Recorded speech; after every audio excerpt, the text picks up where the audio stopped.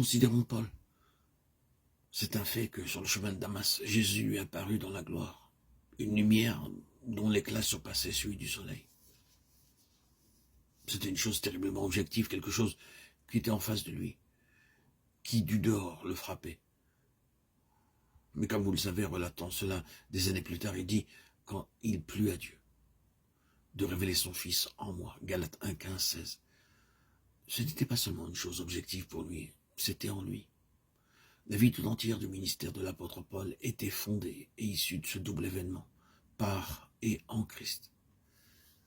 La majesté du Seigneur Jésus est donc devenue une chose intérieure pour lui, une chose formidablement réelle. Certains critiques disent que Saül de Tarse avait été saisi de frénésie et que dans cet état d'hystérie terrible, il a commencé à voir des choses croyant qu'elles étaient réelles et que c'est ce qui expliquerait la conversion de Paul.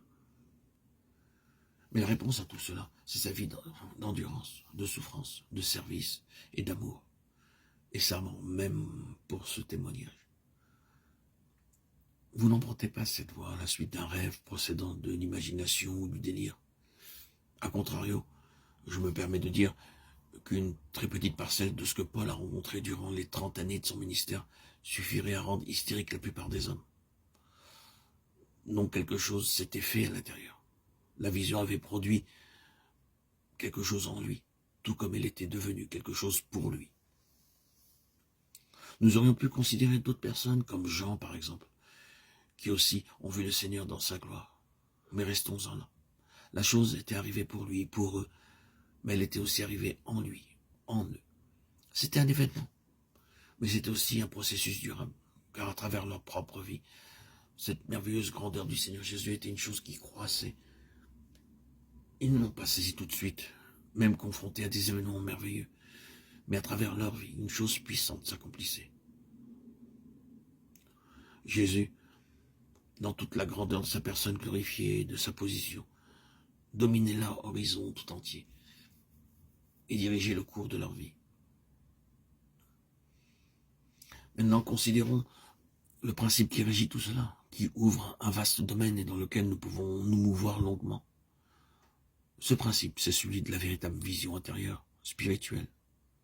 Non pas visionnaire, mais de la vision intérieure qui est très spécifique et bien définie.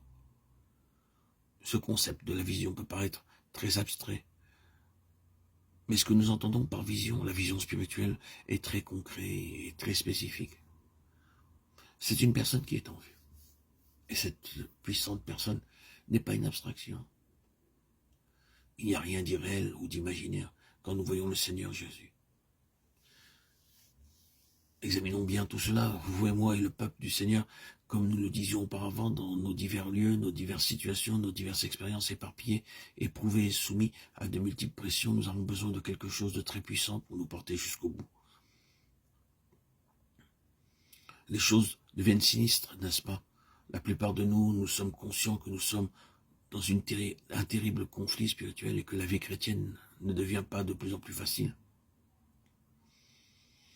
Il est même extrêmement difficile de seulement tenir ferme, de veiller et surtout de triompher. Il en est ainsi quand Pierre écrivit sa lettre. Actuellement, notre besoin c'est d'avoir plus que des mots et d'être plus que des visionnaires pour aller de l'avant. Notre vie chrétienne doit être basée sur cela. J'ai vu le Seigneur. Nous irons plus loin si seulement cela est vrai.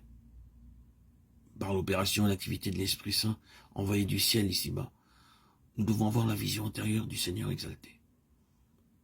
C'est essentiel pour persévérer. Comme pour tout service. Une vie qui doit aller de l'avant. Sans cela, c'est juste une chose qui se traîne. C'est seulement exister. Une œuvre ou un service. Sans cette vision intérieure n'a rien en lui-même pour nous élever et pour nous transporter. Car pour tout, pour vivre, travailler et persévérer, il est indispensable que nous ayons cette vision intérieure du Seigneur, dans la majesté, dans la gloire, conservée fraîche, limpide et constamment ravivée. Avec une telle vision, tout ce qui est essentiel pour être inébranlable se trouve réuni.